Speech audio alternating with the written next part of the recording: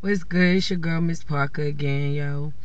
I mean, I've started the Harriet Thugman Underground Radio Show just basically to bring you certain things and topics to, my views and opinions about things, because I noticed that I got a lot of views and opinions and I really enjoyed, when I was on radio. So I figured like this is a great way to still carry on what I want to do as I do my project.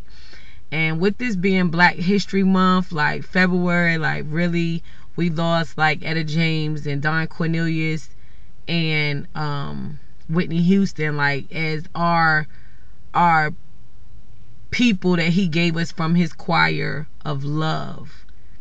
See, the devil, he was kicked out of the choir. He ran the choir, and God still had his choir.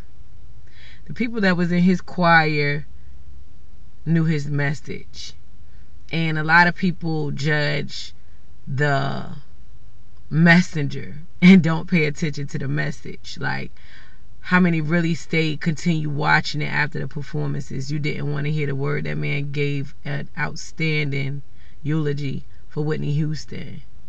I mean, and he sung, and it's a lot of things that you probably didn't even pay attention to, as far as like really CC and BB Winans, that who was Whitney's other family, how she was brought up in the church, and how, they sung the song Tomorrow. Like, I remember that song when they said it. It just brought back so much memories for the song Tomorrow and I Give My Life Today. Like, that was deep. And to hear R. Kelly do his rendition of her last album, I Look to You, and that was what she was saying. She was finding her peace in herself. And like Clive Davis said, I'm going to, Whitney was trying to get herself together. I'll be right by August. He said, I'm going to hold your word to it, Whitney. He's still in the choir. When you get up there, you sing. You sing and tear down a house like you've never turned down before. And boy, is it a choir of heaven up there. God took away some of our greats, Biggie, Tupac, Marvin Gaye, Etta James, Left Eye, all these people who just had so much love in their soul, and the way they gave music, it was just amazing. Aaliyah, people gone too soon, where he wake us up and he speaks, through these depths. Everything happens for a reason. He speaks through these depths to let us know that we need to start loving people more.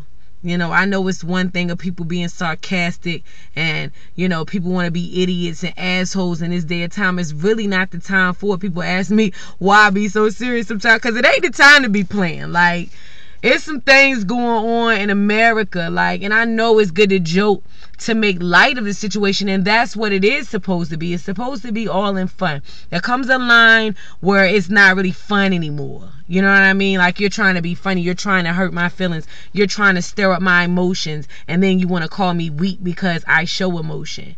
No. No.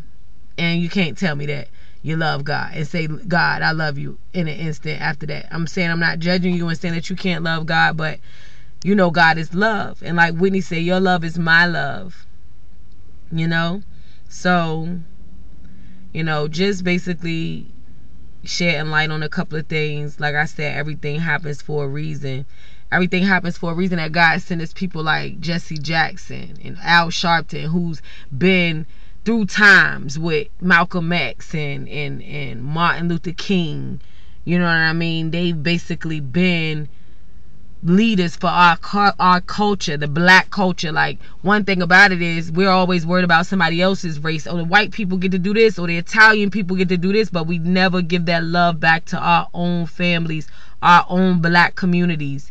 That's one thing. Newark showed love for Whitney, because Whitney gave back to Newark. Shout out to my homegirls, Sabima and Crystal and Ivy up in Jersey right now, that was from Jersey, from Newark, that live down here, and it was just crazy, just to know real people, real souls, and they just came and they lost a friend. They lost somebody that they love dearly, and I love her too, yo. just going back and listening to those songs and those messages and her voice and the clarity of it was amazing. You know, it just made me want to sing like, yes, Jesus loves me.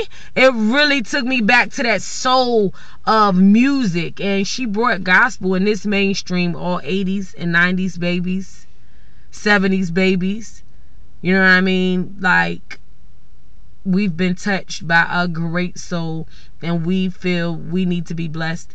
We need to really realize what love is and be blessed, and, you know, and just love one another as much as you can. We all have our bad days where we might want to be bitter at the things of the world, but let me tell you something. Extraordinary people will have extraordinary challenges, and I'm talking to myself right now. You know, so just everybody know that Jesus loves them, you know, and it's time for us to wake up. God is speaking to us, and it's time to listen. Not allow his word to fall on deaf ears anymore, because he's going to continue to do things tragic like this. You know, they feel like Whitney's death was tragic, you know, and that's when God speaks.